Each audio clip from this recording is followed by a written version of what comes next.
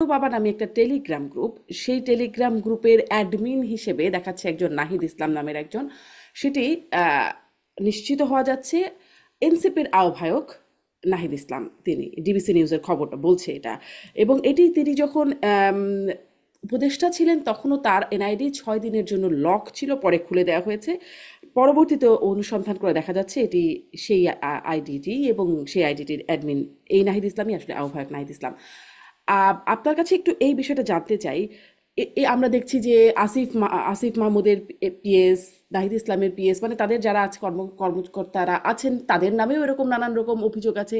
সম্প্রতি সাজিদ আলম বলছেন ক্লিন ইমেজের লোক দেখে ভোট দিতে। আপনারা কি আসলে কি মিন করছেন? আপনাদের দলে কি এরকম লোক খুঁজে পাওয়া এখন কঠিন হয়ে যাচ্ছে?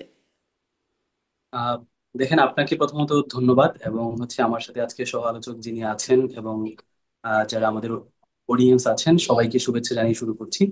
প্রথমত কিছুক্ষণ আগে আপনি যেটি বললেন যে নাহিদ ইসলামের নামে একটি গ্রুপ, ওই ইস্যুটিতে আমরা এখনো বিস্তারিত ওইভাবে জানি না। দ্বিতীয়ত যেটি বলার চেষ্টা করেছেন সার্জিস আলমকে উদ্ধৃতি দিয়ে যে আমরা ক্লিন ইমেজের লোক খুঁজছি। প্রথমত দেখেন, এই সরকারে যেগুলো ঘটেছে আমরা দেখেছি দুইজন উপদেষ্টার পিএস কে অব্যাহতি দেওয়া হয়েছে এবং রিসেন্টলি গতকাল নাহিদ ইসলামকে নিয়ে একটা বিভ্রান্তিকর এবং উদ্দেশ্য প্রণোদিত একটা নিউজ প্রোপাগান্ডা আকারে ছড়ানো হয়েছে। তো যে ক্ষেত্রে আমরা প্রথমেই বলে নিচ্ছি, আমরা যেমন সরকারের কি আমরা ডিফেন্ডও করছি না, আবার সাথে সরকারের অপকর্মের আমরা দায়ও আমরা নেওয়ার কথা না। তো এখন যে ইস্যুটি আসছে, দেখেন নাহিদ ইসলামের যে ব্যাপারটি আসছে, নাহিদ ইসলাম যখন উপদেষ্টা ছিলেন তখন আসলে এই যে নগদ যে ইস্যুটি নিয়ে সামনে আসছে, এই নগদ তখন বাংলাদেশ ব্যাংকের অধীনে ছিল। দুই রিপোর্টে যেই সময়কার কথা উল্লেখ করা হয়েছে, নাহিদ ইসলাম কিন্তু তখন আর সরকারে নাই। এখন প্রশ্ন এখন সরকারে নাই। এখন এই প্রশ্নগুলো যখন জনগণ থেকে গতকাল নিউজটা প্রপাগান্ডা আকারে ছড়ানোর পর মানুষ যখন এই প্রশ্নগুলো করা শুরু করেছে, তখন কিন্তু আপনি দেখবেন যে এই যে রিপোর্টটা মানব জমিনে ছেড়েছে তারা কিন্তু সেটা সংশোধনী এনেছে নাহিদ ইসলামের ইস্যুটা নিয়ে। এখন প্রশ্ন দেখেন, নাহিদ ইসলাম যখন সরকারে ছিল তখন স্পষ্টতই যে নগদ এটি আসলে বাংলাদেশ ব্যাংকের অধীনে ছিল, এটি নাহিদের মন্ত্রণালয়ের অধীনে ছিল না। তো যে কারণে আসলে এই যে রিপোর্টটা নিয়ে গতকাল আরেকটা ফ্যাক্ট চেক থেকে যেটা আমরা জানতে পেরেছি, সেটা এই যে নাহিদ ইসলামকে নিয়ে একটা বিভ্রান্তিকর যে রিপোর্ট, এই রিপোর্টটা এটা আসলে বলা হচ্ছে যে এটা এজেন্সির যে চোথা আছে তাদের যে রিপোর্ট আছে, সেই রিপোর্টটা মানব জমিনের সাংবাদিক সেটা হুবহু সেটা ছাপিয়ে দিয়েছে। এখন আমরা এই ধরনের ঘটনা আমরা কখন দেখি? আমরা দেখেছি যখন 111 ছিল, তখনও এই ধরনের গোয়েন্দা সংস্থাদের তৈরি করা রিপোর্ট এবং তাদের সেই চোথা, সেটা আসলে পত্রিকা এবং মিডিয়াগুলোতে সরাসরি প্রিন্ট করা হতো। এবং আমরা দেখেছি যে প্রথম আলোর মতো সাংবাদিকদের সেখানে যারা এডিটর আছে, তারাও রিসেন্টলি বলেছে যে আসলে বিভিন্ন গোয়েন্দা সংস্থা থেকে তাদেরকে এসে বসে থাকতো এবং বলা হচ্ছে যে আপনারা এই রিপোর্ট আপনাদেরকে ছাপাতে হবে। এখন আমরা যেটি দেখছি সাম্প্রতিক এই সময়টা তো ঠিক 1/11-র মধ্যে একটি পুনরাবৃত্তি ঘটছে, যেখানে বিভিন্ন এজেন্সি সংস্থা এসে তারা রিপোর্ট তৈরি করে দিয়ে যাচ্ছে এবং সংবাদ মাধ্যমগুলো তাদের যে জার্নালিজমের যে নীতি নৈতিকতা আছে সেটিকে বাদ দিয়ে তারা আসলে সেই ধরনের এজেন্সির প্রেসক্রিপশন একদম হুবহু রিপোর্ট ছাপিয়ে দিচ্ছে। এখন প্রশ্ন যে এই যে নাহিদ ইসলাম এখানে যেটা বলা হচ্ছে যে নাহিদ ইসলাম এখানে 150 কোটি টাকা এরকম একটা সংখ্যা নাহিদ ইসলামের নামের পূর্বে জাস্ট বসিয়ে দেওয়া হয়েছে। এখন আপনি যদি দেখেন এই যে নগদ যেটি, এটি যখন নাহিদ উপদেষ্টা ছিল তখন বাংলাদেশ ব্যাংকের অধীনে ছিল। নাহিদ যখন সরকার থেকে চলে এসেছে তখন নগদ কিন্তু এটাকে যে বাংলাদেশের বর্তমানে যে তথ্য প্রযুক্তি যে মন্ত্রণালয় আছে সেটা যিনি দায়িত্বে আছেন ফয়েজ আহমেদ তাইয়েব, উনি যেটা বলেছেন যে নগদ এই পর্যন্ত, নগদে আসলে নগদের যে কর্মচারী আছে তাদের বেতন ভাতা এবং নগদের যে আনুষঙ্গিক যে খরচ, সব মিলিয়ে 47 কোটি টাকা খরচ হয়েছে। দেখেন, অর্থাৎ অভিযোগটা কতটা ভিত্তিহীন, সেখানে খরচ হয়েছে 47 কোটি টাকা কিন্তু আপনি উদ্দেশ্য প্রণোদিত ভাবে সেটাকে 150 একটা সংখ্যা এবং নাহিদকে টেনে এনে বসানো হয়েছে। এখন আমাদের যে প্রশ্নটা তাহলে যে আপনি কি আসলে বলছেন গোয়েন্দা সংস্থা আসলে এনসিপি নেতাদের পিছিয়ে লেগেছে? আমি মানে সেটি বলছি আপনাদের যে নামে এরকম এখানে চোথা আমরা কেন এক সরবরাহ এগারোর করছে? মতো আমরা একটা পুনরাবৃত্তি এখানে দেখতে পাচ্ছি। দ্বিতীয়ত আপনি দেখেন এখানে আসল ইস্যু কোনটা। এখানে আপনি জানেন যে এই যে বাংলাদেশ ব্যাংক যেটি আছে, এটি এই স্বৈরাচার পতনের পর আসলে এখানে বাংলাদেশ এই নগদে বাংলাদেশ ব্যাংক এবং তানভীর মিশুর যে গ্রুপ আছে, সেই গ্রুপের মধ্যে কিন্তু একটা ঠান্ডা লড়াই সেখানে চলছে। দ্বিতীয়ত আপনি জানেন যে এই যে নগদের যে বিকল্প যে আরেকটা কম্পিটিটিভ যে প্রতিষ্ঠান আছে বিকাশ, বাংলাদেশ ব্যাংকের গভর্নর কিন্তু সেই বিকাশের লোকজনদেরকে নিয়ে দেখবেন যে একটা ব্যবস্থাপনা পরিষদ গঠন করেছে। তো যেই জায়গা থেকে এখানে আরেকটি ইস্যু আছে যে বাংলাদেশ ব্যাংক চাচ্ছে যে এই নগদ নামে যে প্রতিষ্ঠানটি আছে এটি প্রাইভেটাইজেশন আকারে থাকুক, এটি বেসরকারি পর্যায়ে থাকুক। কিন্তু এটি দেখা গিয়েছে গত 9 মাস পার হয়ে যাওয়ার পরেও তারা আসলে বাংলাদেশ ব্যাংক থেকে নগদের কোনো ব্যবস্থাপনা তারা করে নাই। যখন এটি ফায়াজ আহমেদ তায়ব তিনি তার ডাক যেহেতু নগদ একটি ডাক মন্ত্রণালয়ের অধীনে, সেটির অধীনে নিয়ে গেলেন, তখনই আমরা দেখেছি যে এই ধরনের একটা সমস্যা তৈরি হয়েছে। কেন? আমরা দেখতে পাচ্ছি যে আপনি জানেন যে এই যে নগদের মাধ্যমে বিগত 15 বছর হাজার হাজার কোটি টাকা এই দেশ থেকে পাচার হয়েছে। এই যে হুম। টাকা নগদের মাধ্যমে পাচার হয়, এটার সাথে কিন্তু আসলে ব্যাংকের নানা কর্মকর্তারা জড়িত।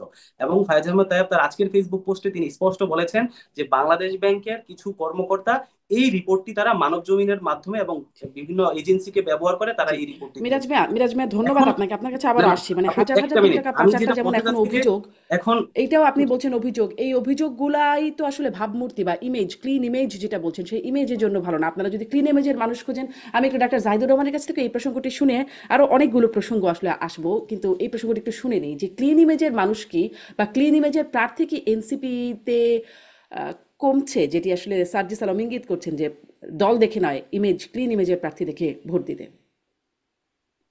ধন্যবাদ। আসলে এনসিপির আদৌ যথেষ্ট পরিমাণ ক্যান্ডিডেটই তারা পেয়েছেন কিনা সেটা প্রধান প্রশ্ন। আমি জানি না তারা দেশব্যাপী যদি ক্যান্ডিডেট দেওয়ার কথা চিন্তা করে, মানে 300 ক্যান্ডিডেট, মানে তাদের এর আশপাশেও তারা আছেন বলে আমার এখন পর্যন্ত মনে হয় না। উনি আসলে ইন্ডিকেট করেছে, আমি ধারণা করি যে তারা হয়তো প্লেন ইমেজের মানুষ পাবেন, পাবেন কিনা যে ডিফারেন্ট ডিবেট, কিন্তু তার বক্তব্যটা এরকম এবং মার্কা দেখে না, তার মানে ইন্ডিকেশন হচ্ছে যে দলটা এখন সবচেয়ে প্রধান শক্তি হিসেবে মাঠে আছে বিএনপি, সেটা এনসিপির কম্পিটিটর ভবিষ্যৎ রাজনীতির ক্ষেত্রেও। তো আমাদের তো একটা টেন্ডেন্সি আছে আমরা মার্কা দেখে ভোট দিই। তবে এখানে আমি একটা জিনিস যোগ করতে চাই, এই কথাটা অনেকের কাছে অদ্ভুত শোনাবে, বাট আমি এটা ব্যাখ্যা করব। সেটা হচ্ছে জাতীয় সংসদ নির্বাচন মার্কা দেখেই দিতে হবে। আই রিপিট, জাতীয় সংসদ নির্বাচন মার্কা রেখেই দিতে হবে।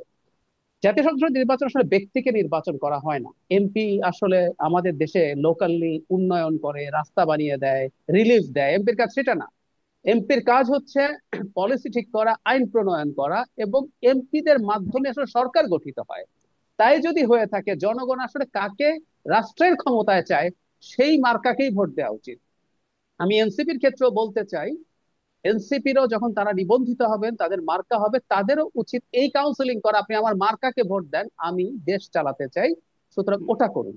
এর মানে এই বলছি না আমি যে যেন তেন ভয়ঙ্কর মানে ডাকাত টাইপের লোকজন, মারাত্মক ক্রিমিনাল কেও ভোট দিতে হবে, কিন্তু এটা মনে রাখা দরকার, জাতীয় সংসদ নির্বাচন মূলত মার্কার নির্বাচন। সুতরাং কেউ যদি মনে করে প্রার্থী দেখে দেখে ভোট দিতে হবে, এটা একেবারে ভুল প্রপোজিশন বলে আমি মনে করি। যাই হোক, জনাব সার্জিস আলমরা এখন যেহেতু মাঠে এসেছেন, তারা মাঠে নেমে কম্পিটিটরের উইকনেস এর কি জায়গা আছে তারা সেটা খুঁজে বের করার চেষ্টা করছেন, করবেন। এটাই পলিটিক্স, এবং এই পলিটিক্স করাই উচিত, এটা খুবই পজিটিভ। তারা চেষ্টা করছেন এখন বিএনপিতে, যেহেতু দীর্ঘকালীন দল, এর মধ্যে এদের প্রার্থীদের মধ্যে কারো কারো বিরুদ্ধে নানা ধরনের অভিযোগও আছে, এর মধ্যে করাপশন আছে, কোনো কোনো ক্ষেত্রে সন্ত্রাস জাতীয় অভিযোগ আছে। যখন এগুলো থাকে, তারা তার বিপরীতে তারা দাবি করছেন বা তারা ধারণা করছেন যে তারা ক্লিন ইমেজের প্রার্থী আনতে পারবেন। যদি আমি ব্যক্তিগতভাবে সেটা বিশ্বাস করি না, কিন্তু তারা তাদের ক্যাম্পেইনের পার্ট করছেন এটা। জি, ডাক্তার জাহিদুর রহমান, একটা বিষয় একটু প্রশ্ন করতে চাই যে আপনি ইদানিং খুব শক্ত সমালোচনা করছেন, সরকারের বিভিন্ন কাজের সমালোচনা করছেন, এনসিপি নেতাদেরও টুকটাক সমালোচনা আসছে আপনার বক্তব্যের মধ্য দিয়ে, বা ভালোই সমালোচনা আসছে। সেখানে আমি একটু আপনার কাছ থেকে জানতে চাই যে আপনি তো একদম শুরু থেকে বেশ শক্তভাবে সমর্থন দিয়েছেন। জি। তারপর কি হলো বা কখন থেকে কি হলো যে মানে আপনার মনে হলো বা আপনি আসলে একটু উল্টো বক্তব্য দিচ্ছেন? আচ্ছা, বা একটা কথা খুব জরুরি, আমি আগে কি অবস্থান নিয়েছিলাম সেটা যেটা ছিল সেটাই ধরে রাখতে হবে সেটা মোটেও না। যেমন হুম। ধরুন একদম শুরু স্টেজের কথা যদি বলি, ইভেন প্রধান উপদেষ্টা যখন নিজকে ফ্যাসিলিটেটর বলছিলেন, আমি তখনও সেটা সমালোচনা করেছি। আমি একটা ইন্টারভিউতে তিনি বলেছেন, আমি বলেছিলাম যে এই সরকারের স্টেক আছে, এই সরকারের ম্যান্ডেট আছে, যদিও ম্যান্ডেট ফর ডুইং এভরিথিং তা মনে করি না, কিন্তু এই সরকারের ম্যান্ডেট আছে, পপুলার ম্যান্ডেট আছে। তো সরকারকে অনেক ক্ষেত্রে অনেক বেশি পজিটিভ হওয়া উচিত বলে আমার মনে হচ্ছে। আমি সমর্থন করেছি, এবং আমি এটা বিশ্বাস করতাম এই সরকার যদি ঠিকঠাক মতো তার ডে টু ডে লাইফের কাজগুলোর ঠিক মতো করতে পারে, দলগুলোর মধ্যে যদি আস্থা তৈরি করতে পারে, তার হাত দিয়ে বেশ কিছু রিফর্ম তো বটেই, কতগুলো বেঞ্চমার্ক সেট হবে। যেমন এই সরকার এমন কিছু জিনিস করে যাবে, ভবিষ্যতের বাংলাদেশে আমরা তুলনা দেখাবো। ধরুন নেক্সট ইলেকশনে বিএনপি আসলো, আমি দেখাবো দেখো আগের সরকার কিন্তু এটা করেছিল, ওটা করেছিল।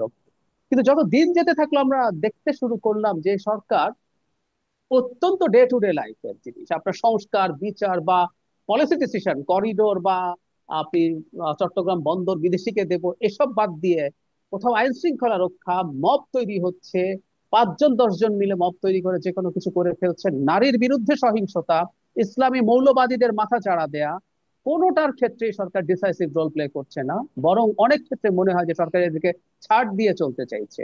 আমার কাছে বিরাট তালিকা আছে, এগুলো নিয়ে যেহেতু আমি অনেকবার কথা বলেছি, কোথায় কোথায় কি করেছে। এটা দেখে আমার মনে হলো যে এই সরকারের মধ্যে কোনো দুরভিসন্ধি অন্তত একটা অংশের মধ্যে ঢুকেছে। পরবর্তীতে সময় যত যেতে থাকলো, সরকারের সাথে সরকারের বাইরে সরকারের কিছু মানুষজন এবং সরকারের কিছু বাইরের মানুষজন, ইনফ্লুয়েন্সার, তাদের মধ্যে এক ধরনের কথাবার্তার অ্যালাইনমেন্ট দেখে আমার মনে হলো যে এই সরকার আদতে এই সংস্কার বলি বা অন্য যা যা ইস্যু আছে এগুলো ব্যবহার করতে চাইছে। আবারও প্রমাণ দিতে পারি, দুদিন আগে দৈনিক সমকালে একটা রিপোর্ট এসছে যে ঐকমত্য কমিশন তাদের যেসব কাজ নিয়ে, যেসব সংস্কার নিয়ে আলাপ করবেন দলগুলোর সাথে, তার বাইরে 121টা জমা দিয়েছিলেন 2.5 মাস আগে, যে এগুলো কারোর সাথে কথা বলার দরকার নেই, এগুলো এখনই করে ফেলা যায়। কোনো উন্নতি নেই সেগুলো। তো সুতরাং আপনি যে এত সংস্কার করবেন বলছেন, আসলে করছেন না। এমনকি ঐকমত্য কমিশন যখন বেসিক কতগুলো সংস্কার সবাই মেনে নিয়েছে, আবার কতগুলো পলিসির জায়গাতে দ্বিমত আছে, বেসিক গুলোরও তো কাজ শুরু করা যেতে পারতো, একটারও কাজ শুরু করা হয়নি। ফলে আমরা দেখতে পাই যে এক ধরনের সমস্যা। নাম্বার টু, এখানে এনসিপির একজন আছেন, আমি হুম। এটা এখন দ্ব্যর্থহীন ভাবে বলছি, এনসিপি সরকারের দল, এনসিপি ডক্টর ইউনূসের দল। তো ডক্টর ইউনূস যখন একটা দল তৈরি করছেন, উনি দল তৈরি করলে সমস্যা ছিল না, জিয়াউর রহমান ক্ষমতায় থেকে দল তৈরি করেছে, দ্যাটস ফাইন। বাট এটা ঘোষিত হতে হবে যে এটা আমার দল, এটা একটা কিংস পার্টি। কিন্তু সরকারের প্রধান এরকম একটা কাজ করতে যাওয়া আমার কাছে ব্যক্তিগতভাবে খুবই অফেন্সিভ মনে হয়েছে, এবং তাতে আমি মনে করি আমাদের পলিটিক্যাল স্ফিয়ারে প্রবলেম তৈরি হচ্ছে। সে কারণে সংস্কার, বিচার এগুলো ন্যূনতম পর্যায়ে নিয়ে এসে অ্যাজ আর্লি অ্যাজ পসিবল একটা ইলেক্টেড গভর্নমেন্ট আমাদের দেশে আসা উচিত বলে মনে করি। সেই জি। কারণে সরকারের আচরণ এবং এই সরকারের ইলেক্টেড নির্বাচন গভর্নমেন্টের নিয়ে বিষয়ে তো ধোঁয়াশাকে সমালোচনা অনেক করছি। প্রশ্ন আছে, অনেক আলোচনার জায়গা আছে, আসবো সেই জায়গাটায়। কিন্তু মিরাজ ভাইয়া যেই বিষয়টি বলা হচ্ছে, এবং ডক্টর জাহিদ খুব স্পষ্ট করে বলছিলেন যে তিনি দুরভিসন্ধি দেখতে পাচ্ছেন এই সংস্কার, এই বিষয়গুলোকে ব্যবহার করা হচ্ছে কিনা, এই প্রসঙ্গে আপনার কাছ থেকে শুনবো। আর এনসিপি ডক্টর ইউনূসের দল, এটি আজ থেকে না, বেশ অনেক দিন থেকে, যেদিন আসলে মনে হয় প্রথম শোনা গেল যে আপনাদেরকে ফ্যাসিলিটেট করছেন ডক্টর ইউনূস, তখন থেকে মনে হয় এই আলোচনাটা আছে। এর বাইরে আপনারা কি বের হতে পেরেছেন বলে মনে করেন, বা আপনাদের মধ্যে থেকে সেই ক্লিন ইমেজের জায়গাটাই আবার আসি, এই ইমেজটা কি আপনারা তৈরি করতে পেরেছেন এখন পর্যন্ত? আপনি মনে করেন যে এনসিপি ডক্টর ইউনূসের দল নয়? দেখেন, এটা আমি এর আগেও আপনার সাথে যখন আরেকটা আলোচনায় ছিলাম তখন আমরা বারবার বলেছি এনসিপি আসলে সরকারের কোনো দল নয়। এবং এটা যদি কিংস পার্টি হতো তাহলে আসলে দেখেন, যেটা জিয়াউর রহমান করেছিলেন কিংস পার্টি আজকে বিএনপি, সেটাকে তিনি রাষ্ট্রীয় সমগ্র প্রশাসন তিনি ব্যবহার করেছেন, রাষ্ট্রের যত ইনস্টিটিউশন ছিল সেটাকে তিনি ব্যবহার করেছেন। অর্থাৎ রাষ্ট্রীয় পদে থেকে জিয়াউর রহমান ছিলেন কিং, আর তার অধীনে তিনি প্রথমে জাগদল, তারপর বিএনপি তিনি তৈরি করেছেন। এখানে কি আজকে কি ব্যাপারটা এরকম হচ্ছে যে ইউনূস, ইউনূস সাহেব যিনি আছেন তিনি হচ্ছেন কিং, তার অধীনে থেকে রাষ্ট্রীয় সকল প্রতিষ্ঠান ব্যবহার করে আজকে এনসিপি তৈরি হচ্ছে, রাষ্ট্রের সমস্ত আর্থিক যেই রাষ্ট্রের কোষাগার আছে সেটা থেকে এনসিপি চলছে? এরকম কিন্তু না। আজকে যদি এনসিপি যদি সরকার দলই হতো তাহলে মানে এনসিপি ব্যবহার তখন তো মানে না যোগসূত্র না তো পাওয়াই যায় বিরাজ মিয়া, না মানে না আপনারা এটা বললে আপনারা সরকার হচ্ছে শুনছে, অন্যরা বললে আপনারা হচ্ছে শুনছে না, আপনাদেরকে বিশেষ প্রায়োরিটি দিচ্ছে, আপনাদের রেখে না, মনের কথা বলছে। এটা হচ্ছে মানে আমি একটু যদি বলি, এটা হচ্ছে এক ধরনের এনসিপির বিরুদ্ধে এটা প্রপাগান্ডা। কারণ উম, কিন্তু 5ই এগুলো তো আগস্ট মিথ্যা। পর না, এটা তো একদম মিথ্যা। আপনারা হচ্ছে সংবাদ মাধ্যমে আছেন, আপনারা এটা প্রমাণ করুন যে এনসিপি সরকারি ভাবে থেকে কিভাবে ফেসিলিটেট হচ্ছে। ডাক্তার জাহেদ ভাই এখানে আছেন, উনি একজন নির্বাচন সংস্কার কমিশনের উনি প্রধান ছিলেন। আমরা যেটা বলছি, দেখেন আমরা যতগুলো দাবি সরকারকে জানিয়েছি সরকার কিন্তু একটাও বাস্তবায়ন করেনি। অপরদিকে দেখা যাচ্ছে সরকারের বিএনপি যেটা যেটা চাচ্ছে সরকারের ঠিক সেটাই হচ্ছে। দেখেন, আমরা বারবার, উনি নির্বাচন সংস্কার কমিশনে উনি ছিলেন, সেখানে আসলে নির্বাচন সংস্কার কমিশন থেকে স্পষ্ট বলা হয়েছিল যে মানবতা বিরোধী অপরাধে যারা অভিযুক্ত থাকবে তারা নির্বাচন অংশগ্রহণ করতে পারবে না। আপনি দেখেন যে এই যে নির্বাচন কমিশন গঠিত হয়েছে, তারা বলছে যে না, আমরা এই আইন সরাসরি অপোজ করি। এবং নির্বাচন সংস্কার কমিশনে ছিল যে মনোনয়নপত্র যারা নিবে তারা হচ্ছে নিজে গিয়ে সেটা নির্বাচন কমিশনে জমা দিয়ে আসতে হবে, এবং নির্বাচন কমিশনার সেটা সরাসরি অপোজ করেছে। দেখেন, তারপরে বলা হচ্ছে যে সংস্কার কমিশন থেকে বলা হচ্ছে যে ফেরারি আসামি যারা আছে তারা নির্বাচনে পার্টিসিপেট করতে পারবে না, নির্বাচন কমিশন সেটা অপোজ করেছে। চতুর্থ, যেটা মোস্ট ইম্পর্টেন্ট, যেটা বর্তমানে জাতীয় ঐক্যমত্য কমিশনের অধীনে আলোচনায় আছে এবং দলগুলো সেটা নিয়ে এক ধরনের দোটানে আছে, যে এই যে আমাদের যে 300 সংসদীয় আসন আছে, এই আসনের পুনর্বিন্যাস যেটা নির্বাচন কমিশন চাচ্ছে যে 2001 সালের যে আসন বিন্যাস সে আসনে ফিরে যেতে। অপরদিকে সংস্কার কমিশন প্রস্তাবনা দিয়েছে যে আসন বিন্যাস এটা নির্বাচন কমিশন এটা করতে পারে না, এটার জন্য একটা স্বতন্ত্র আলাদা কমিশন হবে, সেটা করবে।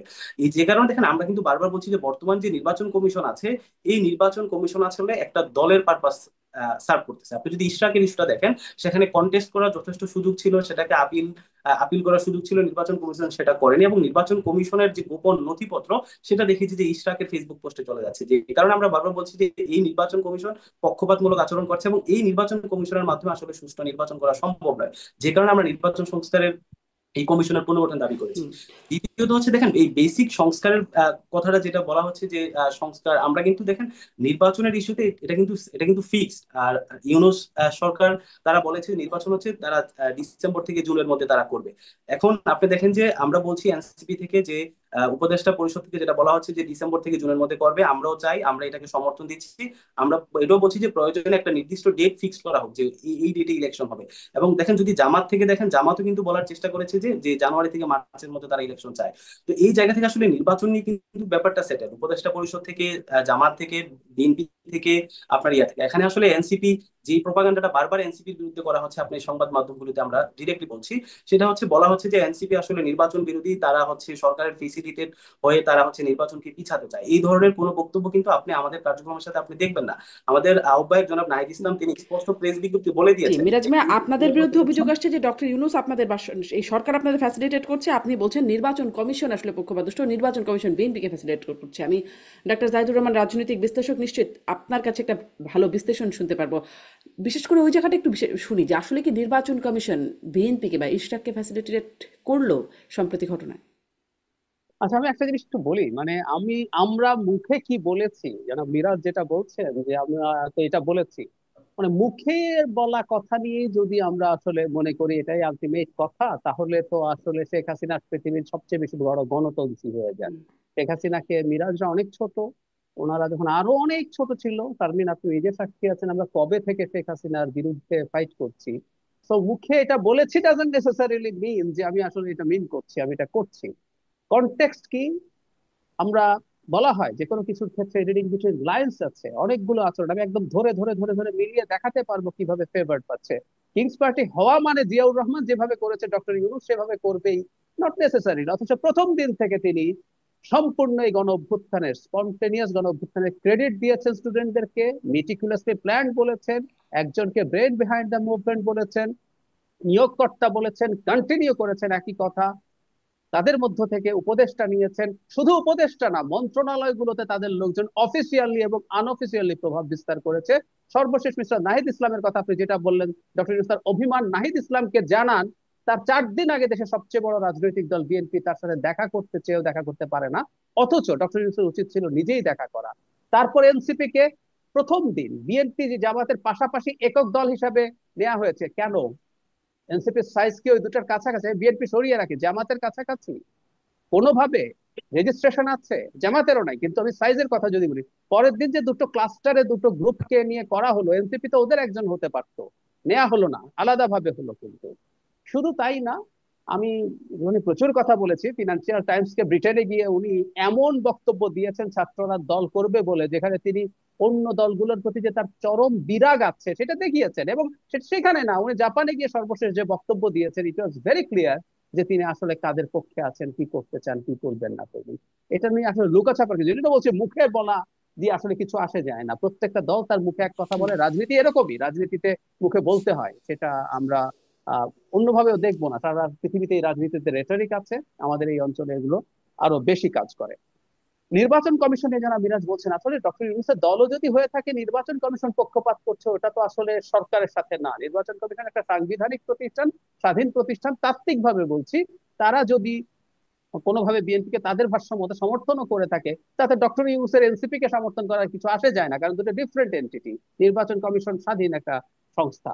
এখন খুবই ফানি লেগেছে কিন্তু আমার করছে নির্বাচন কি, কমিশন। করছে কি না নির্বাচন না, করছে কমিশন না, কি না বিএনপিকে না, সমর্থন করছে? না আমি করছে না দেখছি, আমি কেন বলি সেটা বলছি।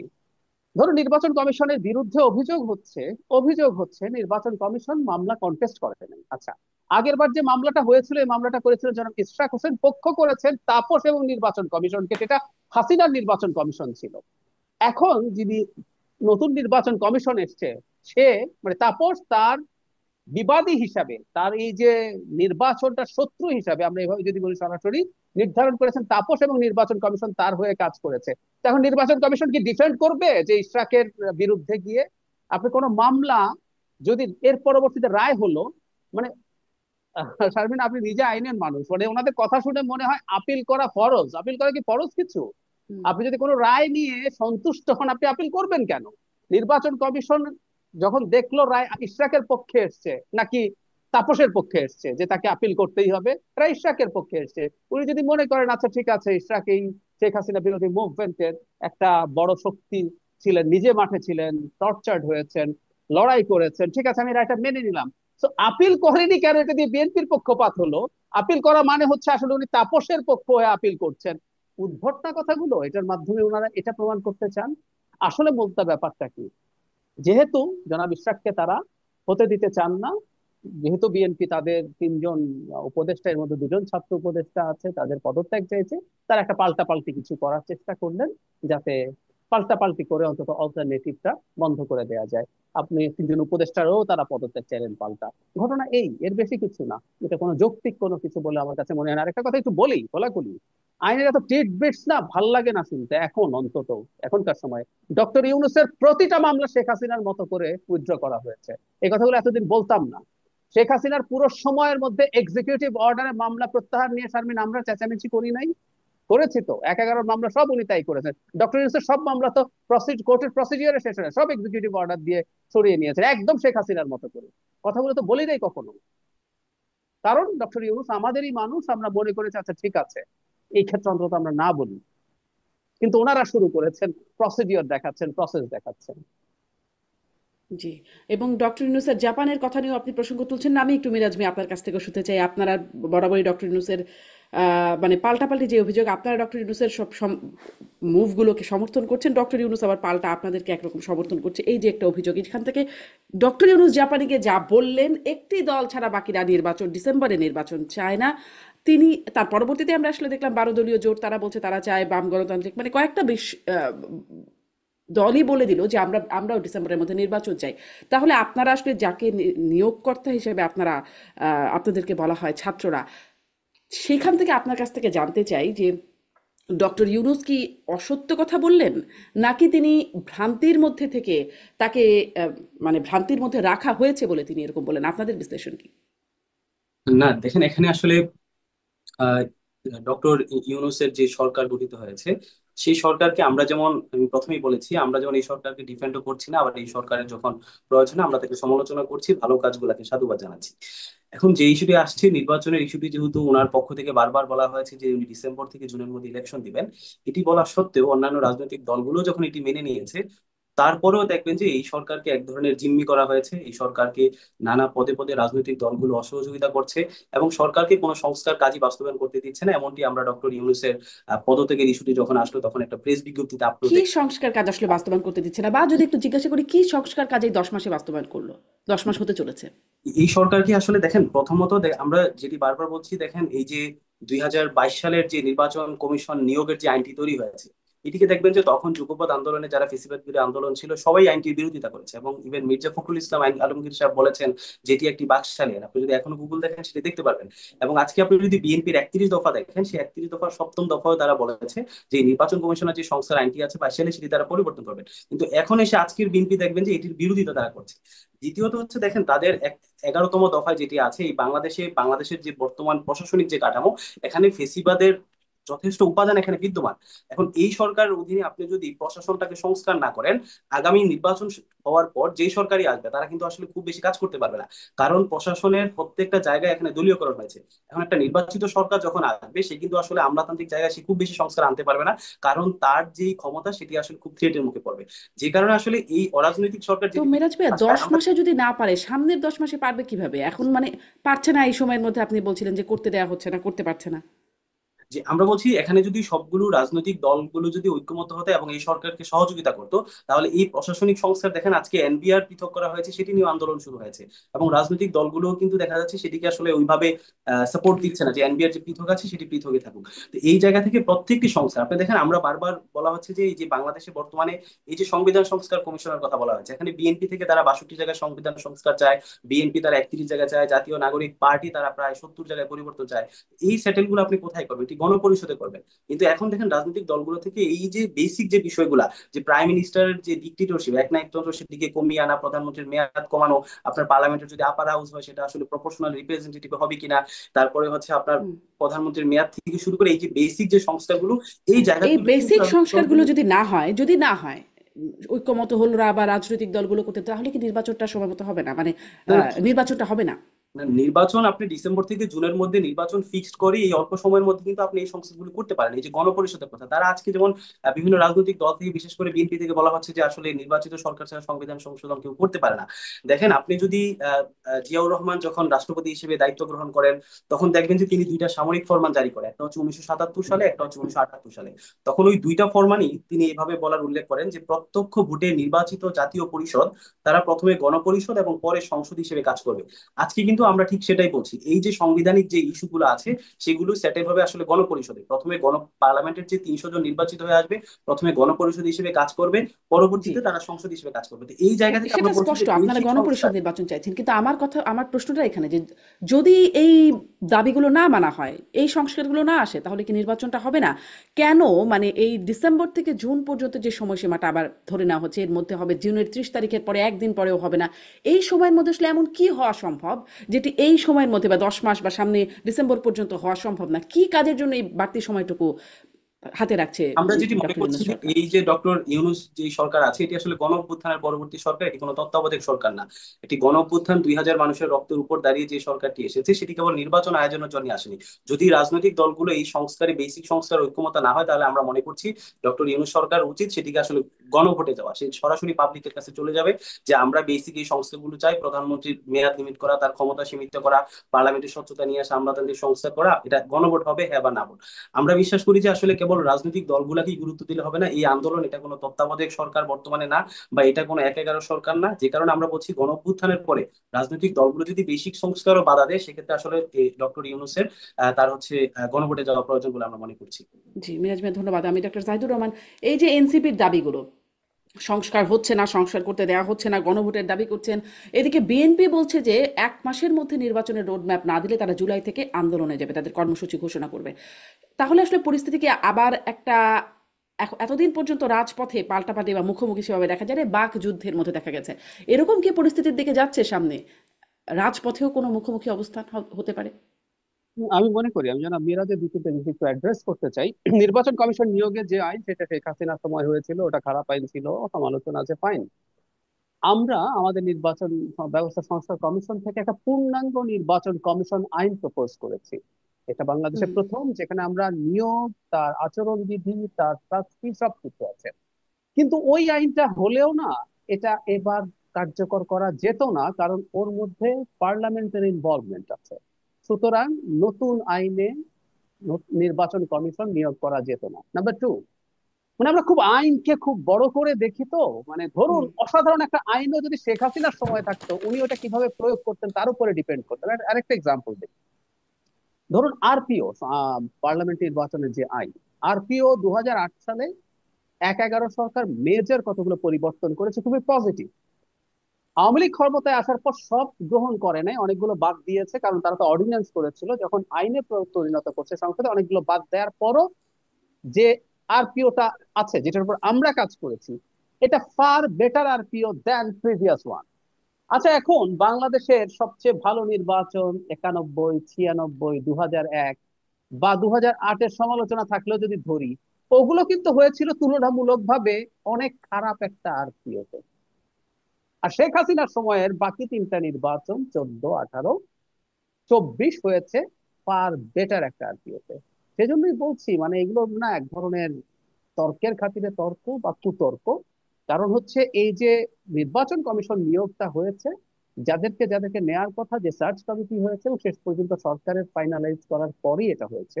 আমি মনে করি এই নির্বাচন কমিশন জি, ওই কিন্তু এই শেখ প্রক্রিয়াটা হাসিনার নিয়েও তো আইনে। অনেক প্রশ্ন ছিল। যেহেতু একটু কথা আসছে, আমি ছোট্ট করে, আপনি যেহেতু একদমই সেই ফিল্ডে নির্বাচন সংস্কার কমিশনের সদস্য, কমিটির সদস্য, আমি আপনার কাছ থেকে একটু জানতে চাই যে যখন আপনাদের কমিশনের যে প্রধান বদিউল আলম মজুমদার, তার সাথে আমার কথা বলবার সুযোগ হয়েছিল এই প্রোগ্রামের থ্রুতেই, তাকে আমি জিজ্ঞাসা করেছিলাম যে যখন শেখ হাসিনার আমলে এই নির্বাচন কমিশন গঠিত হচ্ছিল, এই 10 জন সার্চ কমিটি প্রপোজ করছে, 5 জন তার মধ্যে থেকে বাছাই করা হচ্ছে, বাকি 5 জন কারা ছিলেন সেই নামটা জানতে চাইতেন বদিউল আলম মজুমদার। এবার কি আপনারা জানতে চেয়েছিলেন কারা ছিলেন তারা?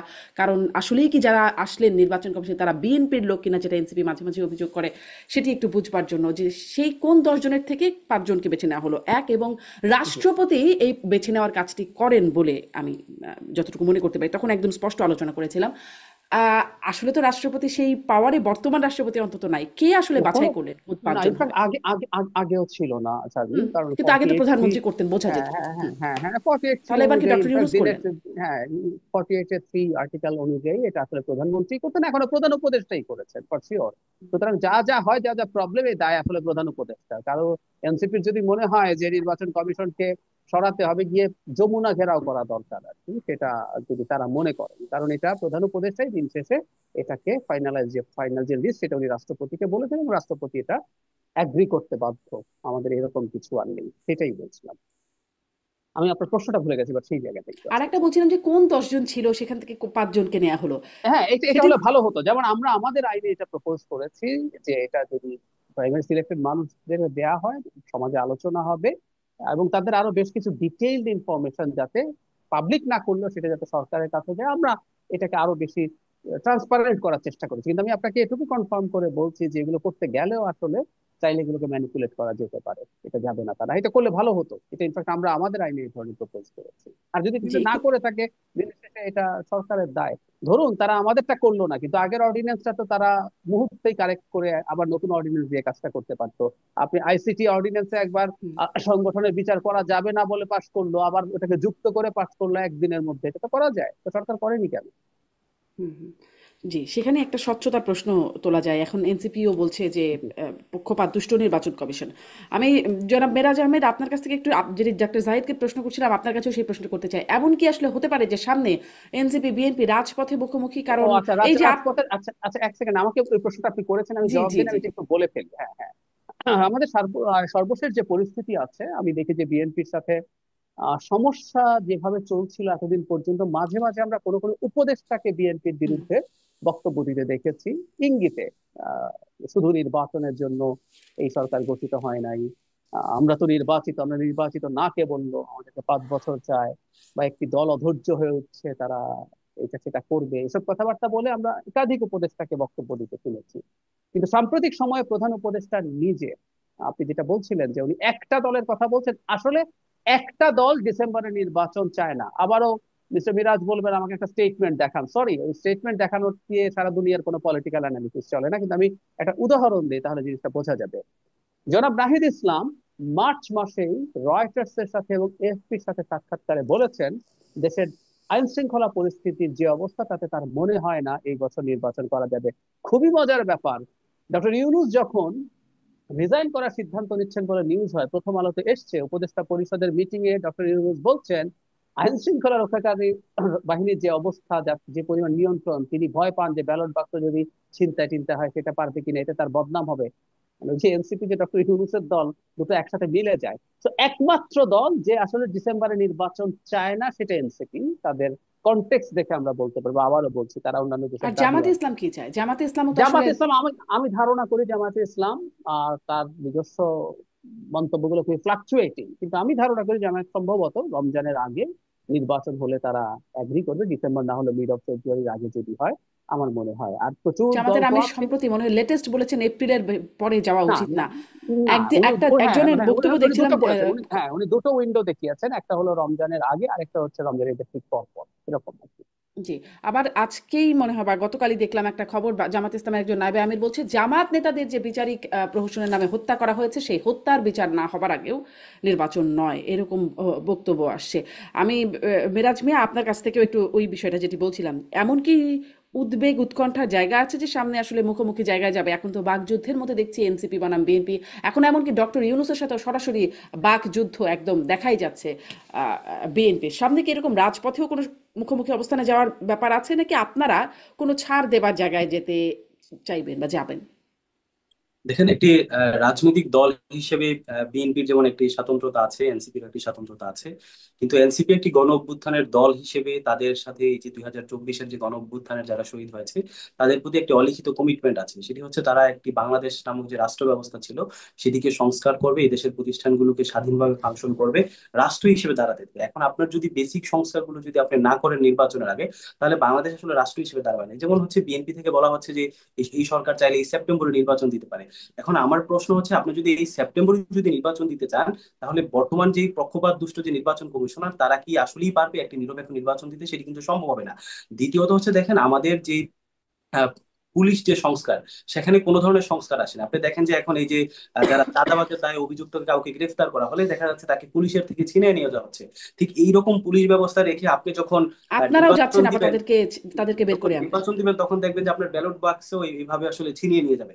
তারপর আপনি দেখেন প্রশাসনিক যে সংস্কার, এই সংস্কারটি হয়নি। গত তিনটা ইলেকশন যারা ভোট চুরি করতে যারা সহযোগিতা করেছে, সেই প্রশাসনের মধ্যেও কোনো সংস্কার আসেনি। তো এখন এই ধরনের সংস্কার ব্যতীত আপনি যদি নির্বাচনটি দেন, তাহলে আসলে এটি কোনো ফ্রুটফুল নির্বাচন হবে না। আমরা যেটি মনে করি যে আপনার পোস্ট ইলেকশন এবং প্রি ইলেকশন যে ভায়োলেন্স, বাংলাদেশে ইলেকশনের যে আপনি যদি একটু গবেষণা করে দেখেন, সেখানে আসলে এই ভায়োলেন্সটা আসলে ব্যাপক। তো যে কারণে আপনি যদি এই ভায়োলেন্সটা কমাতে চান, তাহলে আসলে একটা স্বাধীন নিরপেক্ষ নির্বাচন করতে হবে, প্রাতিষ্ঠানিক সংস্কার করতে হবে, পুলিশ এবং প্রশাসনের সংস্কার করতে হবে। দ্বিতীয়ত হচ্ছে, আপনি আমি নির্বাচন দেওয়ার জনাব পরে মিরাজ ভাই এই প্রশ্নটি আপনাকে করছিলাম যে এই যে 9 থেকে 10 মাস সময় হতে যাচ্ছে, কি সংস্কার হলো যে সংস্কারের জন্য এই সরকারের উপর আস্থা রাখা যাবে সামনে? আচ্ছা শারমিন, শারমিন, আমি মিরাজকে একটা প্রশ্ন করতে চাই। নিশ্চয়ই। জনাব মিরাজ, আশা করি এটা জানেন যে প্রথম যে 6টা কমিশন হয়েছে সেগুলো নিয়ে ঐকমত্য কমিশন বসছে। এর মধ্যে 5টা কমিশনের রিপোর্ট নিয়ে আলোচনা হচ্ছে, পুলিশ কমিশন নিয়ে আলোচনাও হচ্ছে না। কারণ পুলিশ কমিশনের যতগুলো রিপোর্ট আছে প্রত্যেকটা এক্সিকিউটিভ অর্ডার দিয়ে করে ফেলার জন্য বলা হয়েছে। পুলিশ কমিশনের একটাও এখনো কেন কার্যকর করা হয়নি তাহলে? এই যে 3-4 মাস চলে গেল। আমি আবারও বলছি, পুলিশ কমিশনের কোন রিপোর্ট নিয়ে ঐকমত্য কমিশন দলগুলোর সাথে আলোচনা করছে না।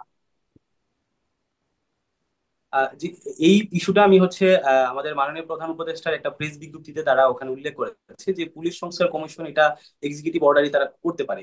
ওই জায়গা থেকে আমরা সরকারের সমালোচনা করছি, আমরা বলছি যে এই কাজগুলো দ্রুত করা উচিত। না তাহলে একটু খেয়াল করি মিরাজ, আমি একটু বলি, ডক্টর ইউনূস নিজে বলছেন যে নির্বাচনের যে নিরাপত্তা পরিস্থিতি, আইন শৃঙ্খলা পরিস্থিতি সেটা ঠিক নেই বলে উনি নির্বাচন খারাপ হতে পারে, এবং আপনি বলছেন ঠিক আছে যে এই নিরাপত্তা পরিস্থিতির মধ্যে হবে না। তো ওনাকে কে ঠেকিয়েছে পুলিশের সংস্কার করে সব ঠিকঠাক করতে? ওনাকে কে বাধা দিচ্ছে? এক্ষেত্রে যেটি দেখা যাচ্ছে যে আপনার আমি যেটি বলতে চাচ্ছি, তাদের সেই প্রেস বিজ্ঞপ্তিটি যেটি দিয়েছেন তার পদত্যাগের ইস্যুতে, সেখানে বলা হচ্ছে যে তাকে বিভিন্ন সংস্থা দ্বারা তাকে জিম্মি করা হয়েছে, রাজনৈতিক দলগুলোরও অসহযোগিতা আছে, এবং হচ্ছে বিদেশি রাষ্ট্রগুলোরও এখানে আসলে এক ধরনের প্রেশার ক্রিয়েট করা হচ্ছে। এখন অনেকেই চায় না এখানে বাংলাদেশ একটি রাষ্ট্র হিসেবে দাঁড়ায়। কারণ আমরা এই নির্বাচনের পরে যেই সরকারই আসুক, আমরা চাই যে এই সরকার আসলে একটা ভালো একটা স্টেবল সরকার থাকে। কিন্তু হচ্ছে আপনি কেবল নির্বাচনের দাবিতে সকল সংস্কার আপনি জিয়ে রেখে সবগুলো সংস্কার নির্বাচিত সরকার হিসেবে করবে, এই ধরনের ধারণা, এই ধরনের ফ্রেমওয়ার্ক থেকে বের হয়ে আসতে হবে। যেমন হচ্ছে, আপনি যদি নির্বাচনের জন্য যদি সব সংস্কার জিয়ে রাখেন, তাহলে যেই নির্বাচিত সরকার আসবে, এই নির্বাচিত সরকার এসে কিন্তু আমি যেটা প্রথমেই বলেছি, তারা কিন্তু আসলে পুলিশ সংস্কার ওইভাবে হাত দিতে পারবে না। সেখানে পুলিশদের সরাসরি বিরোধিতা তারা করবে। তারা আমলাতান্ত্রিক কাঠামোতে তারা খুব বেশি সংস্কার নিয়ে আসতে পারবে না, আমলাতান্ত্রিক তারা বিরোধিতায় করবে। এবং নির্বাচন যেই, আপনি দেখেন আওয়ামী লীগ তিনটা ইলেকশনে তারা কিভাবে টিকে ছিল, তাদেরকে এখানে দিল্লি সরাসরি ব্যাকআপ দিয়েছে। কিন্তু নির্বাচনের পরে যেই সরকারটা আসবে তাকে কিন্তু কোনো বিদেশি শক্তি তাকে ব্যাকআপ দিবে না। এবং যেই সরকারের নির্বাচনের পরে আসবে তাকে কিন্তু গুড গভর্নেন্স দিয়ে টিকে থাকতে হবে, ভালো শাসন দিয়ে টিকে থাকতে হবে। যে কারণে আমরা বলছি এই সরকারের অধীনে আপনি এটাকে, যেহেতু আপনারাই অনির্বাচিত সরকার বারবার বলছেন কিংবা নন পলিটিক্যাল সরকার বলছেন, তাহলে এই সরকারের অধীনে আপনারা আমলাতান্ত্রিক সংস্কারটা করানোর জন্য সবাই জোর দেন। তো এই হচ্ছে সরকারের না কেন অধীনে আপনি মিরাজ মিয়া, বিচারের হচ্ছে না জন্য, কেন সেই সংস্কারটা? আমিও তো সেই এটা প্রশ্নটাই হচ্ছে না করছি যে সেখানে 9 থেকে 10 রাজনৈতিক, মাস হয়ে যাচ্ছে, সংস্কারগুলো হচ্ছে না কেন? কোন সংস্কারটা হলো আসলে যে আরো একটু সময় দেব এই সরকারকে আহ, সামনের কাজগুলো করবার জন্য? দেখেন এই সংস্কারের জন্য কিন্তু আপনাকে নির্বাচনের ডেট আসলে পিছাতে হবে না। নির্বাচন যে ডিসেম্বর থেকে জুন, এই ডেটের মধ্যে আপনি নির্বাচন করবেন। যদি আসলে রাজনৈতিক দলগুলো এখানে প্রপারলি সহযোগিতা করে, তাহলে এই স্বল্প সময়ের মধ্যে আসলে অনেকগুলো সংস্কার কাজ বাস্তবায়ন সম্ভব। কিন্তু আমরা আসলে এই রাজনৈতিক দলগুলোর স্পষ্ট অসহযোগিতা দেখতে পাচ্ছি, এবং সংস্কারের বিরুদ্ধে আসলে তারা জনগণের বিপক্ষে দাঁড়িয়েছে, জুলাই গণঅভ্যুত্থানের বিপক্ষে দাঁড়িয়েছে। এই কারণে আমরা মনে করছি যে এই সরকার যারা আছে তাদের এখন রাজনৈতিক দলের পাশাপাশি হুম। জনগণ আসলে কি চায় সেটাকে গুরুত্ব দিতে হবে। যে মানুষটা আসলে নির্বাচন চায়, সেই মানুষটা কিন্তু আসলে এই সংস্কারের বিরোধিতা তারা করে না। তারা চায় একটা বেসিক জি, সংস্কার আমি হোক, আসলে প্রশ্নের তারপরে উত্তরটা আমাদের। পাচ্ছি না যে এই 10 মাসে কি সংস্কার, পুলিশ সংস্কার থেকে শুরু করে মানে 10 মাসে কোথায় সংস্কারটা হলো, সেই বিষয়গুলো আমি একটু বুঝতে চাচ্ছিলাম, যেহেতু আপনারা সরকারের বিভিন্ন কর্মকাণ্ড নিয়ে পর্যালোচনা করেন, সমর্থনও করেন এনসিপি, এই জন্য আপনার কাছ থেকে একটু বিশেষ করে বুঝতে চাচ্ছিলাম, আমি পারিনি। ডাক্তার জাহিদ, আপনার কাছ থেকে একটু এটা জানতে চাই যে কি সমস্যা যদি আসলে ডিসেম্বর থেকে জুন পর্যন্ত এইটুকু সময় বাড়ানো হয়, বলছে তো সরকার যে জুনের 30 তারিখের বাইরে একদিনও যাবে না, তো এতদিন ধরে অপেক্ষা করা গেল, যে কাজই করতে চাক না কেন এই 6 মাস আরে বেশি অপেক্ষা করলে কি অসুবিধা? প্রথম কথা হচ্ছে একটা অস্পষ্টতা আছে।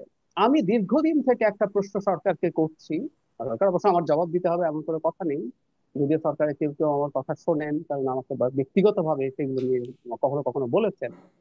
আমি জানতে চেয়েছি কি কারণে সংস্কার বেশি হলে জুনে যাবে, আমি ব্যাখ্যাটা চাই। আমি যেহেতু নিজে একটা সংস্কার কমিশনে ছিলাম, আমি স্পষ্টভাবে দেখাতে পারি যতগুলো সংস্কার প্রপোজ করা হয়েছে শতভাগ যদি সব দল মেনে নেয়, তার মানে সব সংস্কার, বেশি সংস্কার মেনেও যদি নেয়, ডিসেম্বরের মধ্যে শেষ করে নির্বাচন দেওয়া সম্ভব। আর যদি না হয়, সরকার আমাদেরকে ব্যাখ্যা করুক কেন এটা সম্ভব না, কেন সমাজ বেশি লাগবে। এ ব্যাখ্যা লাগবে তো, এ ব্যাখ্যা দেয়া হচ্ছে না। আর ওই যে বললাম, সংস্কার জিনিসটা দেখানো হচ্ছে না। এই যে জানাব বিরাজ বলছেন কোন দল বাধা দিচ্ছে, ধরুন 121টা ইমিডিয়েটলি দেয়া হয়েছে, এগুলো কোনো, এটা কিন্তু সংস্কারের আলোচনার ঐক্যমত্য কমিশনের এজেন্ডায় নেই। এগুলো করা হয়নি কেন? বা পুলিশের তো একটাও না। যদি এমন হতো যে পুলিশের সংস্কার সরকার করতে গেছে এবং বিএনপি ওটায় বাধা দিয়েছে, তখন আমরা দেখতাম। উনি কি দেখাতে পারেন যে সরকার সংস্কার করতে গেছে কিন্তু বিএনপি বাধা দিয়ে বলেছে না, পুলিশের এই সংস্কার করা যাবে না? নো, সরকার কিছুই করেনি। তো যখন সরকার তার হাতে থাকা জিনিসগুলোও করছে না, আবার বিরাট সংস্কারের ম্যান্ডেটের কথা বলছে, তখন আসলে সন্দেহ আসে। এটা খুব স্বাভাবিক। এবং তাদের সাথে এনসিপি এবং সরকারের সাথে টু সাম এক্সটেন্ট অ্যালাইন লোকজন, বাইরের লোকজন, ইনফ্লুয়েন্সার্স, গুরুত্বপূর্ণ ইনফ্লুয়েন্সার্স, তারা সরকারকে 5 বছর এক্সটেন্ড করার কথা বলছে। ফলে কনফিউশন বাড়বে। আর আমি আরেকটা কথা জানা কিন্তু বিরাজের সরকার তো বলছে 30 তারিখ, জুনের 30 তারিখের বেশি না, একদিনও থাকবে না। না, আমি এটা সরকারের কথাকে আবার একটু ভিন্নভাবে দেখতে চাই। আমি এভাবে যদি বলি, এটা নিয়ে অলরেডি আমি কথা বলেছি, ডক্টর ইউনূস কি কথা রাখতে পারবেন? ডক্টর ইউনূস 7-8 বার কথা দিয়েছেন আওয়ামী লীগ নিষিদ্ধ হবে না। আমি আওয়ামী লীগের প্রতি আমার কোনো এক্সট্রা প্রীতি নেই, কিন্তু আমি বলছি উনি রিপিটেডলি বলেছেন বিদেশি মিডিয়ার সাথে, ইন্টারন্যাশনাল ক্রাইসিস গ্রুপের সাথে, যে আওয়ামী লীগকে নিষিদ্ধ করার কোনো পরিকল্পনা তার নাই। ইভেন আওয়ামী লীগ নির্বাচনে যাবে কিনা সেটা তার ইচ্ছা, এটা আপনি অনেকে সমালোচনা করেছেন, কিন্তু উনি ওই জায়গায় স্টিক করেছিলেন। কিন্তু এই কথা কি রাখতে পারলেন? জনাব হাসনাত কিন্তু সেখান আব্দুল্লাহ থেকে তো গেলেন। তিনি কি সরলেন, কারণ তিনি তো আসলে আওয়ামী লীগ পরিকল্পনা অনুযায়ী নিষিদ্ধ করলেন না, অন্তত না, পক্ষে যেটি দেখানো না, হলো বা দেখলাম আমরা, একটা এটা আন্দোলনের মুখে তিনি এটা নিষিদ্ধ করলেন। ফাইন। এই যে তাহলে আমি আপনাকে এই কথাটাই বলতে যাচ্ছি। এবার একটা সিনারিও ভাবেন তো, যে এপ্রিলে একটা ডেট দিল, তফসিল দিল সরকার, এরপর জনাব হাসনাত আব্দুল্লাহ আবার তার বা সাথে সার্জিস আলম বা আরো অনেকে মিলে সরকারের কাছে গেল। যমুনার দরজা তো তাদের জন্য প্রায় খোলা, তারা সর্বশেষ যে নিরাপত্তা বেষ্টনী সেটাও ভেঙে ফেলতে পারেন। গেলেন, তৈরি হলো, সমাবেশ তৈরি হলো, তারপর শাহবাগ আটকে ফেলে বললেন এই তফসিল পেছাতে হবে, এই তফসিল পেছাতে হবে, সংস্কার হয় নাই যথেষ্ট, মৌলিক সরকার ছাড়া নির্বাচন হওয়া যাবে না। বা সার্জিস আলম একবার বলেছিলেন শেখ হাসিনাকে ফাঁসির কাষ্ঠে দেখা ছাড়া নির্বাচন হবে না। বা তারা অতটুকু না বলুন যে বিচার আরো লাগবে, এটা লাগবে, সেটা লাগবে বলে ওনারা তৈরি করলেন। ডক্টর ইউনূস তখন বলবেন আমি তো চেয়েছিলাম, কিন্তু এখন এই আন্দোলন যে হলো তাই আমি এটা পাল্টেছি। কারণ আমরা এই আওয়ামী লীগের ক্ষেত্রে উনি ওনার কথা রাখতে পারেননি, আমরা তো সেটা দেখলাম। তো আমাদের এই রিলাই করার ইয়েটা কম হবে। আমি যারা মিরাজের একটা কথা একটু জবাব দিতে চাই। সংস্কার বিএনপি চায় না, ওনারা চান, এ চায় সে চায়, মানে আমরা এমনি যদি বলি যে জনসমর্থনের প্রাথমিক বিবেচনায় যে বিএনপির অন্তত ভোটের এই যে সংখ্যা আছে, সেটা তো তাদের অনেক বেশি আছে, যে কারো চাইতে বেশি আছে। সুতরাং তারা যখন বলছে না, যতটুকু সংস্কার চাই না চাই, এবং আপনি যে প্রশ্নটা করেছেন এই প্রশ্নটা আমি মিরাজকে বা আমি ইভেন সরকারের লোকজনকেও করতে চাই, বিএনপি যদি আজকে বলে যে আমি একটা সংস্কারও কাজ করবো না বা চাই না, নির্বাচন হবে কিনা? গণভোট দেওয়ার কথা বলছেন, গণভোট এনসিপির কথায় কেন দেয়া হবে? এনসিপি কি বিএনপির চেয়ে বেশি সমর্থন রাখা দল যে তারা করবেন? একটা গণ অভ্যুত্থানে তাদের কিছু মানুষজন সামনে এসেছিলেন, আমি একটু খোলাখুলি বলে ফেলি, ওনারা রাস্তায় নেমেছিলেন আসলে বিসিএস চাকরির কোটার জন্য। 1 মাসের মধ্যে অনেক ঘটনা, এই 1 মাসও যায় নাই আসলে, মূল ঘটনা শুরু 16, 17, 18, 20 দিনের মধ্যে হয়েছে। নেমেছিলেন বিসিএস চাকরির কোটা। এবং আমি যদি এভাবে বলি আরো খোলাখুলি, বিসিএস এর হাইয়েস্ট বা টপ চয়েস হচ্ছে প্রশাসন এবং পুলিশ। তারা শেখ হাসিনার অধীনেই প্রশাসন এবং পুলিশে চাকরি করতেন, যারা শেখ হাসিনার ক্ষমতা টিকিয়ে রাখার জন্য চেষ্টা করতেন। সুতরাং এই যে সংস্কার বা এত আলাপ এত সিরিয়াসলি আসা হয়েছে, আমি এটাকে সরিয়ে দিতে চাই না, কিন্তু এই অতীতগুলো মনে রাখা দরকার আছে। তাই তারা বললেই গণভোট হবে, তারা বললেই সংস্কার করতে হবে, এটা কেন, এই প্রশ্ন আসলে আসা উচিত। এই জন্য আমি বলছি, খুব জোরাজুরি বা জেদাজেদির জায়গায় চলে যাচ্ছে সবকিছু। সবচেয়ে ভালো হয় এটা মেনে নেওয়া, আমরা পছন্দ করি বা না করি, বিএনপি করতে হবে না কাউকে। এটা একটা বিরাট রাজনৈতিক দল, শেখ হাসিনার বিরুদ্ধে তাদের দীর্ঘ লড়াই আছে। বিএনপির কিছু কিছু সংস্কারের ক্ষেত্রে তার যে মতামত, আমিও দ্বিমত করি। কিন্তু আমি বলছি আর্টিকেল 7 কি তারা যেভাবে চেঞ্জ করতে চায়, আপার হাউস তারা যেভাবে চায়, আমি নিজে দ্বিমত করি, আমি সেটা নিয়ে আলাদাভাবে কথা বলেছি। কিন্তু তার মানে এই না যে ওটা যদি না মানে ওকে এটা মানতেই হবে, নাহলে ইলেকশন ঠিকঠাক মতো হবে না। এগুলো গায়ের জোরের কথা। ফাইনালি যেটা বলে শেষ করি সেটা হচ্ছে, জোর করে করা বা চাপিয়ে দেওয়া কোনো কিছু আসলে সাস্টেইন করে না।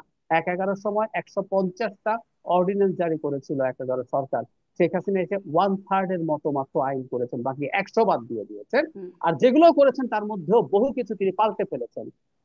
এটার মধ্যে সবচেয়ে বড় উদাহরণ হলো আরপিওর অনেক কিছু বাদ দিয়েছেন, যার মধ্যে কিন্তু না ভোটও বাদ দিয়েছেন। না ভোটটাকে আমি একটা ভালো অপশন মনে করি, এবং যখন বাদ দিয়েছেন বিএনপিও সমর্থন করেছে। সেই জন্য বলছি, এখন চাপ দিলাম, ডক্টর ইউনূস আছে, ওই চাপ দিয়ে একটা কিছু চাপিয়ে দিলাম, এগুলো ভালো কোনো চর্চা না। গণতান্ত্রিক ব্যবস্থা গ্রাজুয়ালি ধাপে ধাপে হয়, যেটাকে আমরা আইডিয়াল মনে করি সেই জায়গায়ও আমরা এখনই চলে যেতে পারবো, এতটুকু এক্সপেক্ট করার দরকার নেই।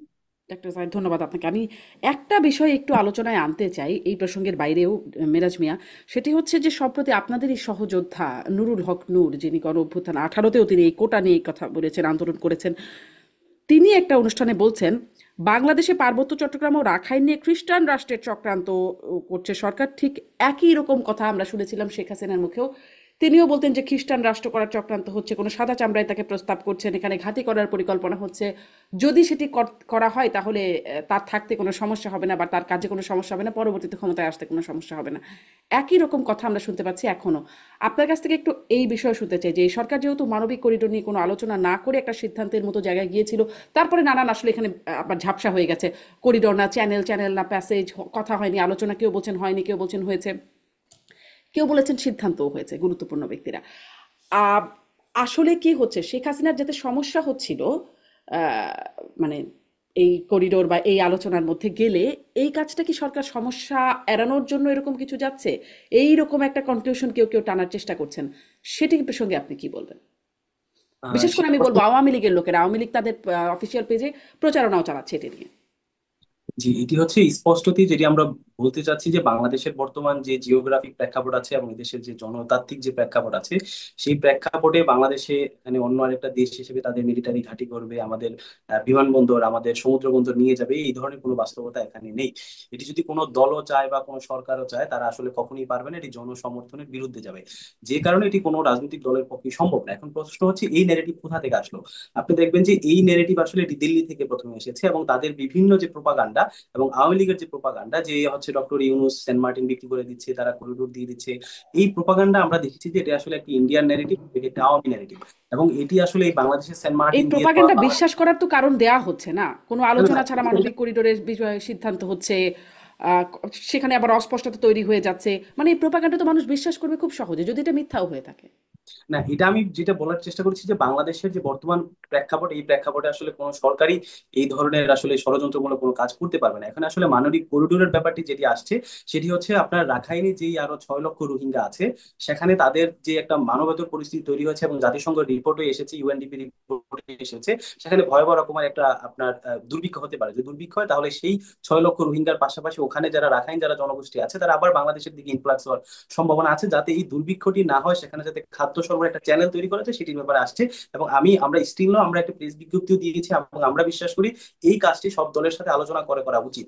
দ্বিতীয়ত হচ্ছে আসলে দেখেন, বাংলাদেশের বর্তমান যে প্রেক্ষাপটে এই ধরনের যে ন্যারেটিভ, এটি দিল্লি থেকে দেওয়া হচ্ছে এবং এটি আওয়ামী লীগ থেকে দেওয়া হচ্ছে, এবং এটি বাংলাদেশের অনেক রাজনৈতিক নেতা এবং বড় বড় রাজনৈতিক দল থেকেও তারা এটি আসলে বুঝে না বুঝে এটিকে আসলে সেই প্রপাগান্ডাকে তারা সাপোর্ট দিচ্ছে বলে আমি মনে করছি। জি, ডাক্তার জাহিদ, আপনার কাছে একটু শুনতে চাই, এটিকে দিল্লির ন্যারেটিভ মানে আপনি আসলে আপনার কাছ থেকে শুনি। মানে বাংলাদেশে এখন যেটা হলো, মানে আগে যেমন পাকিস্তান, এখন দিল্লি। যেমন ধরুন আপনি নির্বাচন চাইছেন, আপনি যদি মনে করেন নির্বাচনটা ফাস্টার হওয়া দরকার, আমি নিজে এটার ভুক্তভোগী তাই বলছি, আই ডোন্ট কেয়ার, কিন্তু আমি দেখছি আর কি, যখনই আমি বলছি নির্বাচনটা এখন as fast as possible, as early as possible হওয়া দরকার, আমিও দিল্লির দালাল, ভারতের দালাল হয়ে যাচ্ছে। কারণ হ্যাঁ, ভারতও মনে করছে একটা ইলেকশন হলেই বাংলাদেশের সাথে তার সম্পর্ক ভালো হবে। তো এই সিমিলারিটি গুলো দেখানোর চেষ্টা, এবং এটা করলে একটা সুবিধা যেটা, সেটা হচ্ছে আপনি যে কাউকে থামিয়ে দিতে পারেন, যে কাউকে থামিয়ে দিতে পারেন, তখন আর যে যুক্তির যে আলোচনা সেটা আসলে আর থাকে না। আমি যারা নূরের এই ব্যাপারটাকে ঠিক এই রকম এতটা অ্যাকিউট মনে করি না। তবে আপনি মিরাজকে যেটা বলছিলেন, আমি এটা একেবারেই সমর্থন করি। যখন কোনো অস্পষ্টতা থাকে, যেমন করিডোর নিয়ে সরকারের দিক থেকে অত্যন্ত অত্যন্ত গায়ের জোরে এটা করে ফেলার চেষ্টা আছে, গায়ের জোরে করার চেষ্টা আছে। জাতীয় নিরাপত্তা উপদেষ্টা একাধিকবার কথা বলেছেন এবং মিথ্যাচার করেছেন। উনি নানান শব্দের মারপ্যাচ করেছেন যে এখানে হিউম্যানিটেরিয়ান এইড যাবে, ওই দিক থেকে লোক আসবে না, তাই এটা করিডোর না। যে কেউ জাতিসংঘের সংজ্ঞা খুঁজে দেখলে দেখবেন যে পণ্য যাওয়াও করিডোর, আসাও, লোকজনকে ডিমিলিটারাইজড জোনে নিয়ে আসাও করিডোর। কিন্তু এগুলো করছেন না, এগুলো করছেন আসলে মূলত তারা মানুষকে একটা বিভ্রান্তির মধ্যে ফেলতে চান। কিন্তু যদি যাই যে নামেই ডাকেন না কেন, এটার মাধ্যমে তো আমাদের দেশকে একটা ঝুঁকিতে ফেলা হচ্ছে। কারণ মিয়ানমার জান্তা এই আরাকান আর্মিকে কোনোভাবে রেকগনাইজ করে না, বাংলাদেশকে অফিসিয়ালি তারা প্রটেস্ট করেছে বাংলাদেশ কেন আরাকান আর্মির সাথে যোগাযোগ রাখছে, এটা আমরা আমাদের নিরাপত্তা উপদেষ্টার কাছ থেকে জানলাম। তো এই প্রেক্ষাপটে আপনি এগুলো করতে যাচ্ছেন, তখন মনে হতেই পারে যে সরকারের কোনো দূরভিসন্ধি আছে কিনা। নানান রকম অ্যানালিসিস আছে, যে কেউ একজন বলছে হয়তো আপনাকে, তুমি যদি এটা করো, যদি ঝুঁকি নাও, আমি তোমাকে ক্ষমতায় রাখার চেষ্টা করব। অথবা যদি এখানে একটা স্মলার স্কেল যুদ্ধের মতো পরিস্থিতি তৈরি হয়, ধরুন মিয়ানমার এসে, মিয়ানমারের তো রাখাইনে তাদের ল্যান্ড সোলজার নেই, কিন্তু ওদের তো এয়ারফোর্স ইন্ট্যাক্ট আছে, তারা মাঝে মাঝে এখনো রাখাইনে বমিং করে। তারা এসে যদি বাংলাদেশের ভেতরে বমিং করে, পরে বাংলাদেশ করবে, একটা ছোটখাটো যুদ্ধ শুরু হয়ে গেল, তখন যুদ্ধ, নানান রকম, এগুলোকে যে কেউ ষড়যন্ত্র তত্ত্ব বলতে পারে। কিন্তু ঘুরে ফিরে একই, যখন ষড়যন্ত্র তৈরি হচ্ছে বা ঘোলাটে পরিস্থিতি আছে, তখন এই যে এনসিপি, ইভেন এনসিপির মতো দলও সবার সাথে আলোচনা করার কথা বলছে, এই ইস্যুতে কেউই এটা বলছে না যে আপনি করে ফেলুন আলোচনার কথা, কিন্তু করছে না, তারা তাদের মতো করে করে ফেলতে চাইছে। সেই জিনিসগুলো থেকে সন্দেহ আসতেই পারে যে কোনো না কোনো, মানে একেবারে খ্রিস্টান রাষ্ট্র তৈরি হয়ে যাবে সেটা বলছি না, যদিও আমাদের এক এই ধরনের একটা সন্দেহের জায়গায় আরেকটা প্রশ্ন একটু জুড়ে যেতে চাই, আর কত মানে প্রাসঙ্গিক করে কিভাবে আপনি উত্তর দেবেন বা বলবেন, আপনার প্রতিক্রিয়া জানাবেন। যে আমরা শেখ হাসিনার সময়, বিশেষ করে 24-এর নির্বাচনের আগে যুক্তরাষ্ট্রকে খুব বলতে শুনতাম যে ইনক্লুসিভ নির্বাচন আয়োজনের জন্য, যেটি তারা এখন আর তাদের মুখ থেকে শোনা যাচ্ছে না। অন্যদিকে ভারতকে তো আমরা সেটা কখনোই বলতে শুনতাম না ইনক্লুসিভ নির্বাচনের কথা, এখন খুব বলছে ভারত ইনক্লুসিভ নির্বাচনের কথা। মানে যেন উল্টে গেল, আগে যুক্তরাষ্ট্র বারবার যেই আসতেন বা ওখানে যখনই বক্তৃতা দেওয়া হতো একটা প্রসঙ্গ থাকতো ইনক্লুসিভ নির্বাচন, এখন আর সেই প্রসঙ্গটা নাই। এরকমটা উল্টে গেল কেন?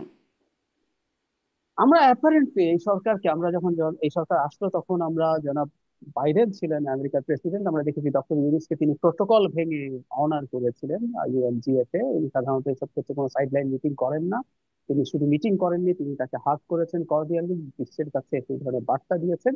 আমরা এটুকু বলতে পারি যে এই সরকারকে ইউএসএ মানে সাপোর্ট করছিল, এবং তার জিওপলিটিক্যাল ইন্টারেস্ট, আমরা ইনফ্যাক্ট শেখ হাসিনার সময় এই আলাপটা করেছি।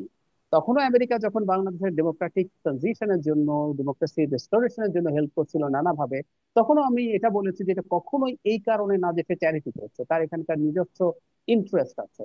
তো আমেরিকার ইন্টারেস্ট তখন ছিল যে, তখন শেখ হাসিনা সরকার যা যা করছিল সেটা তার ইন্টারেস্টের বাইরে যাচ্ছিল। এই সরকারের সাথে তার কোনো ধরনের কোনো আলোচনা থেকে থাকতে পারে, যেমন ধরেন করিডোর নিয়ে এই আলাপটা আছে, যেটা জাতিসংঘকে সামনে রাখা হলেও রাদার এটা ইউএস এরই একটা পরিকল্পনা, এই ধরনের আলাপ তো আছেই। সুতরাং সেই কারণেই তাদের এই ধরনের অ্যাটিটিউড হতে পারে। আর ভারত, পৃথিবীটা এরকমই, এটার মধ্যে দোষ খুঁজে লাভ নাই, যে তারা আগে মনে করেছে আওয়ামী লীগ সরকার আছে সুতরাং একটা স্টেবিলিটি দরকার, বা তারা বারবার স্থিতিশীল বাংলাদেশ হুম। বলতেন। এখন তারা মনে করছেন এই সরকারের সাথে তাদের সম্পর্ক অনেক খারাপ, একটা নির্বাচিত সরকার হলে অ্যাটলিস্ট তারা আগের মতো হয়ে যাবে তা না, তারা অ্যাটলিস্ট নতুন করে ট্রাই করতে পারবে। সো প্রত্যেকে তার তার ইন্টারেস্ট মতো কাজ করছে। জি, ধন্যবাদ ডক্টর সাইদুর রহমান। আমি শেষ করে ফেলবো, যদি মেরাজ ভাই কোনো ছোট্ট এক লাইনের কোনো কমেন্ট অ্যাড করতে চান।